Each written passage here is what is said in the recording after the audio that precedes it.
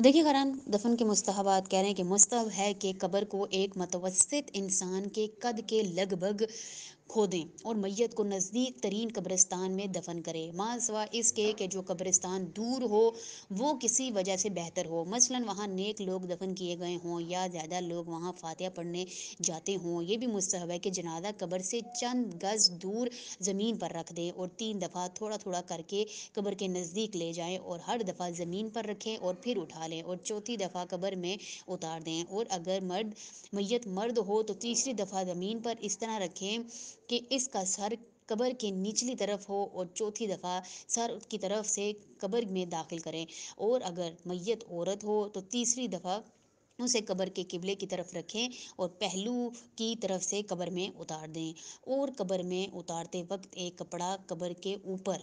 جو ہے وہ تان لیں۔ یہ بھی مستحب ہے کہ جنازہ بڑے آرام کے ساتھ تابوت سے نکالیں اور قبر میں داخل کریں، اور وہ دعائیں جنہیں پڑھنے کے لیے کہا گیا ہے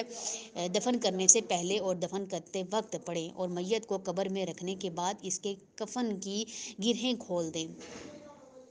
اور اس کا رخسار زمین پر رکھ دیں اور اس کے سر کے نیچے مٹی کا تکیہ بنا دیں اور اس کی پیٹھ کے پیچھے کچھ کچی اینٹیں یا ڈھیلے رکھ دیں تاکہ میت چت نہ ہو جائے، اور اس سے بستر کے قبر بند کریں۔ دایاں ہاتھ میت کے دائیں کاندھے پر ماریں اور بایاں ہاتھ زور سے میت کے بائیں کاندھے پر رکھیں اور منہ اس کے کان کے قریب لے جائیں اور اسے زور سے حرکت دیں اور 3 دفعہ کہیں کہ اسمع افیہم یا فلان ابن فلان، اور فلان ابن فلان یا جو ہوگا نا اس کا نام لینا، یہاں پہ کی جگہ میت کا اس کے باپ کا نام لیں، مثلاً اگر موسیٰ کا نام ہے یعنی جو بھی اس کا نام ہے وہ لے کر جو ہے یہ ساری جو عربی کوٹیشن ہے وہ پڑھنی ہے، ٹھیک ہے خیرن بہرحال یہ ہمارے لیے ضروری نہیں ہے کیونکہ یہ تمام مردوں کا کام ہے، تو یہ ہمیں پڑھنا ضروری نہیں ہے۔ آگے جو ہمارا مسئلہ ہے ہم وہ پڑھیں گے۔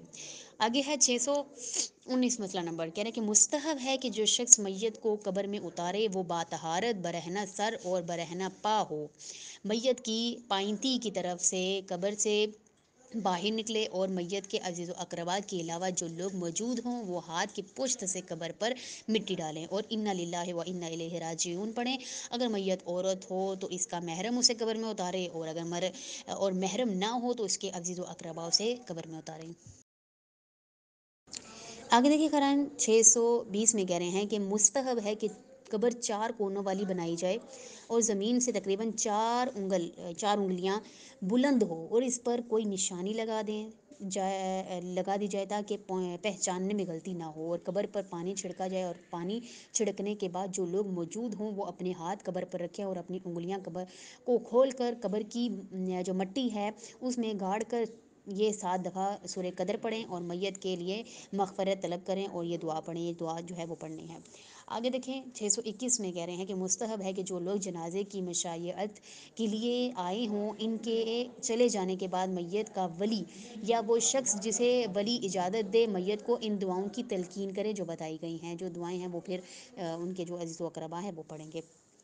622 میں کہہ رہے ہیں دفن کے بعد مستحب ہے کہ میت کے پسماندگان کو پرسہ دیا جائے، لیکن اگر اتنی مدت گزر چکی ہو کہ پرسہ دینے سے ان کا دکھ تازہ ہو جائے تو پرسہ نہ دینا بہتر ہے۔ یہ بھی مستحب ہے کہ میت کے اہل خانہ کے لیے 3 دن تک کھانا بھیجا جائے، ان کے پاس بیٹھ کر، اور ان کے گھر پر کھانا کھانا مکروہ ہے۔